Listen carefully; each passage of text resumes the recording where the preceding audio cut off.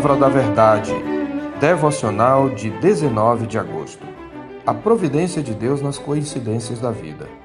Ruth a Moabita disse a Noemi: Deixa-me ir ao campo e apanharei espigas atrás daquele que me favorecer. Ela lhe disse: Vai, minha filha.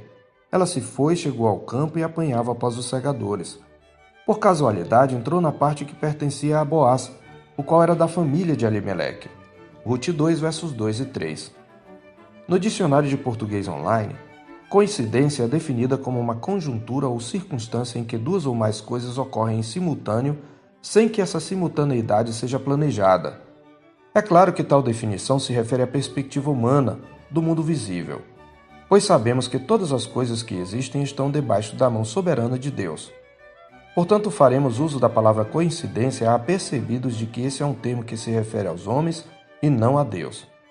No primeiro capítulo do livro de Ruth, temos o relato de como Noemi experimentou a tragédia em família, com a perda do marido e dos filhos, ficando viúva em terra estrangeira. Ali também acompanhamos Noemi em seu retorno ao seu país depois de ouvir boas notícias sobre o fim da fome. Ouvimos o drama da despedida de suas noras e a lealdade invencível de Ruth, que jurou acompanhá-la até a morte. Assistimos ao amargo recomeço da pobre Noemi, que provocou comoção geral e expressou sua amargura de alma e sua sensação de que o Senhor descarregara contra ela a sua mão, afligindo-a com a morte e fazendo-a voltar de mãos e coração vazios à sua terra natal. Não podemos ser injustos nem incompreensivos com Noemi. Seu desabafo não se constitui em murmuração, nem está ela atribuindo revoltosamente ao Senhor alguma injustiça. Ela está simplesmente achando que Deus está lhe castigando, castigo ao qual se submete sem negar a fé. Mas sua compreensão de que estava debaixo da ira do Todo-Poderoso, de qualquer forma, estava equivocada, fato que ela perceberá no segundo episódio, ao qual pertence o nosso texto. A ênfase do episódio está na atitude graciosa de Boaz para com Ruth e na atitude benevolente de Ruth para com sua sogra, reconhecida por Boaz nos versos 11 e 12. Ambos expressam a lealdade e benevolência do Senhor para com Noemi e sua família, bem como para com o seu povo, como a própria Noemi reconhecerá no verso 20. Observemos que favorecer, que é um sinônimo de graça, é uma palavra-chave ocorrendo nos versos 2, 10, 13 e 19 desse capítulo. Do ponto de vista dos personagens, a convergência das duas expressões de benevolência não foi planejada por eles. É neste sentido que se trata de uma feliz coincidência. E o enredo da narrativa aponta 3 elementos que convergem para manifestar a graça e o amor pactual do Senhor por Noemi e pelo seu povo. Primeiro temos uma farta colheita. O último versículo do capítulo anterior observa que as viúvas chegaram a Belém no princípio da cega da cevada, capítulo 1, verso 22.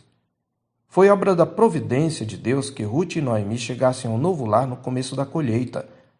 Isto lhes possibilitou obter alguma comida imediatamente. Esta é a primeira coincidência preparada pela providência divina para a reviravolta na história de Noemi e Ruth. Em segundo lugar, temos em Ruth uma mulher saindo em busca da graça. No verso 2 ela diz a Noemi: Deixa-me ir ao campo e apanharei espigas. Respigar na época da colheita era um direito dos pobres, segundo a lei de Moisés. Esta era a maneira de uma viúva, por exemplo, ganhar a vida e não havia muitas alternativas. Mas o cumprimento do dever social dependia em muito da boa vontade do proprietário, uma raridade no período dos juízes, quando cada um fazia o que achava mais reto. Isto era especialmente raro no caso de uma moabita, fato enfatizado pelo autor no verso 2. Era preciso mais do que a lei. Era preciso encontrar graça aos olhos de alguém fiel à aliança. É isto que Ruth espera quando diz: apanharei espigas atrás daquele que me favorecer. Ou numa tradução mais literal, daquele diante de cujos olhos eu encontrar graça. Em terceiro lugar, temos o encontro com um parente piedoso, rico e influente. Somos informados de que Elimeleque tinha um parente. Esta observação sutil é o primeiro raio de esperança para o nome e a posteridade do falecido, embora ainda o narrador não revele que benefício isto traria. Como observa Derek Kidner, a informação ao leitor de um fato que os personagens não sabem constitui-se um elemento de ironia numa narrativa, criando suspense até o desfecho. Temos então uma feliz coincidência.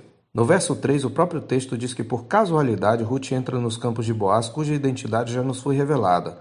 A expressão no hebraico remete à distribuição de terras por sorte. Trata-se, portanto, de uma alusão à herança que mais tarde Ruth herdará. É então que entra em cena um homem nobre e piedoso, Boaz, nos versos 4 e 5.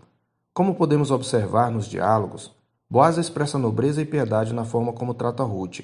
Vendo-a colher espigas, ele pergunta: de quem é esta moça? Ouvindo de quem se tratava, pois Ruth ficou famosa na cidade pelo gesto de benevolência para com sua sogra, Boaz dá demonstrações de generosidade e reconhecimento para com a viúva moabita. Ele lhe recomenda: ouve, filha minha, não vás colher em outro campo. Ao se dirigir tão ternamente a uma estrangeira e moabita, Boaz demonstra a graça que deve ser característica dos filhos de Deus, nos versos 8 a 10. Diante de tanta generosidade, Ruth se constrange, pois sabe que, sendo estrangeira, não deveria esperar a generosidade de um israelita. Ela expressa isso no verso 10. Mas Boaz sabe com quem está falando. Bem me contaram tudo quanto fizeste à tua sogra. Ele também ora invocando uma bênção sobre Ruth. O Senhor te retribua o teu feito e seja cumprida a tua recompensa do Senhor, Deus de Israel, sob cujas asas vieste buscar refúgio, diz ele no verso 12. Na oração de bênção fica clara a ligação entre a benevolência de Boaz, a benevolência de Ruth e o amor pactual do Senhor para com o seu povo, sendo aquelas demonstrações limitadas desta. À hora do almoço, Boaz faculta a Ruth a participação no banquete, no verso 14. Achega-te para aqui, come do pão e molha no vinho o teu bocado. Convidar Ruth na frente dos servos para participar da mesa chegava a ser uma honra docemente extravagante. Além de tudo isso, Boaz ainda dá ordem aos seus servos: tirai também dos molhos algumas espigas e deixai-as, no verso 16. A generosidade de Boaz, portanto, culmina numa demonstração de benevolência além da lei, num extravasamento de graça para com Ruth. Assim ela volta para casa levando farto mantimento e contando à sua sogra as bênçãos de um Deus providente. É neste ponto que Noemi descobre que era alvo da graça e do amor pactual de Deus e não da sua ira. Por isso exclama no verso 19: bendito aquele que te acolheu favoravelmente ou graciosamente. E no verso 20: bendito seja ele do Senhor, que ainda não tem deixado a sua benevolência nem para com os vivos nem para com os mortos. A descoberta de Noemi de que o benfeitor de Ruth era seu parente a faz entender o propósito de Deus através das coincidências. Só então ela passa a compreender que Deus não havia deixado sua benevolência para com ela, seu marido e seus filhos. E só com a revelação de Noemi acerca de quem é Boaz, depois de um duro dia de trabalho, é que Ruth percebe o verdadeiro significado do seu encontro. Até então ela não havia notado que nada daquilo fora acidental, mas parte do propósito de um Deus cheio de graça e cuidado pelo seu povo. Tudo o que acontece aqui e todo o diálogo entre Boaz e Ruth, bem como entre Ruth e Noemi, exala a graça e a fidelidade de um Deus que resgata o seu povo. Novamente, precisamos lembrar que o Senhor estava preparando o caminho para a monarquia, a dinastia davídica e a linhagem messiânica que culminaria com a vinda do Cristo. O que podemos mais aprender com este episódio? Primeiro, que nos bastidores das amargas surpresas da vida, das perdas, tragédias e decepções, há um Deus vivo, pessoal, racional, santo e amoroso que sempre está no controle. O Senhor sustenta, governa e dirige o seu mundo. A esta obra divina chamamos providência. Este é o grande ensinamento da bela história de Ruth e Noemi, uma história de encanto e deleite. Em segundo lugar, por trás dos aparentes acasos dos encontros comuns do dia a dia, Deus expressa o seu cuidado e a sua determinação providencial, a sua graça e o seu amor da aliança. Por isso, em terceiro lugar, para quem crê no Deus que é Senhor da providência, nunca deixará de haver felizes coincidências. E, por fim, aprendemos que crer nas coincidências e casualidades como obra da providência do Senhor não significa cruzar os braços à espera da sorte. Significa ir à luta como Ruth, usar o que se tem à mão, criar oportunidades e aproveitá-las quando baterem à porta. Eu sou o pastor Marcos Augusto, pastor da Terceira Igreja Presbiteriana de Boa Vista, em Roraima. Tenha um bom dia na paz do Senhor Jesus.